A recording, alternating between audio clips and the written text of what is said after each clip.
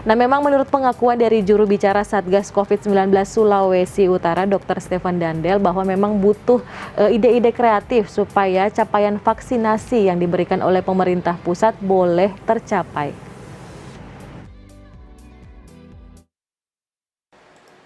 Capaian vaksinasi di Sulawesi Utara baru mencapai 60% untuk dosis pertama, sedangkan dosis kedua belum menyentuh 40% dari total sasaran 2.080.000 penduduk di Sulawesi Utara.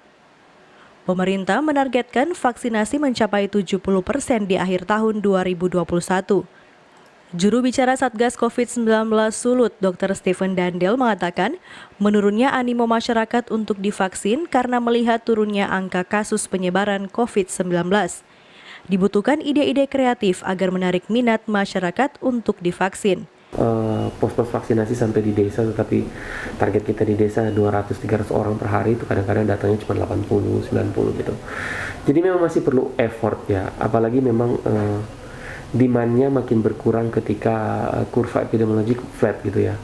Nah, kita pelajari bersama bulan Juli ketika terjadi gelombang kedua, hampir semua orang berbondong-bondong untuk cari vaksin. Sayangnya suplai vaksin pada saat itu masih betul terbatas dari pemerintah pusat. Nah, sekarang ini ketika mereka lihat makin kurang kasus, rumah sakit makin sedikit, tidak ada demand, tidak ada apa istilahnya keinginan, kebutuhan untuk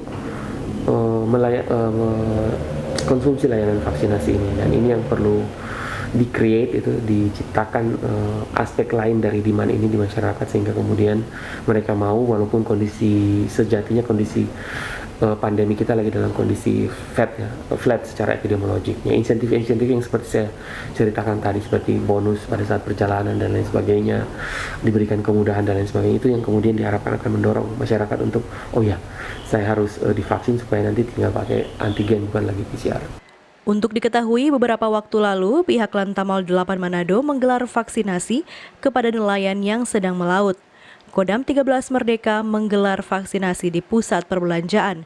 Dan terakhir, Kompi Kavaleri yang menggelar vaksinasi di dalam kendaraan tempur. Paul Bawole melaporkan untuk Kawan Wa TV.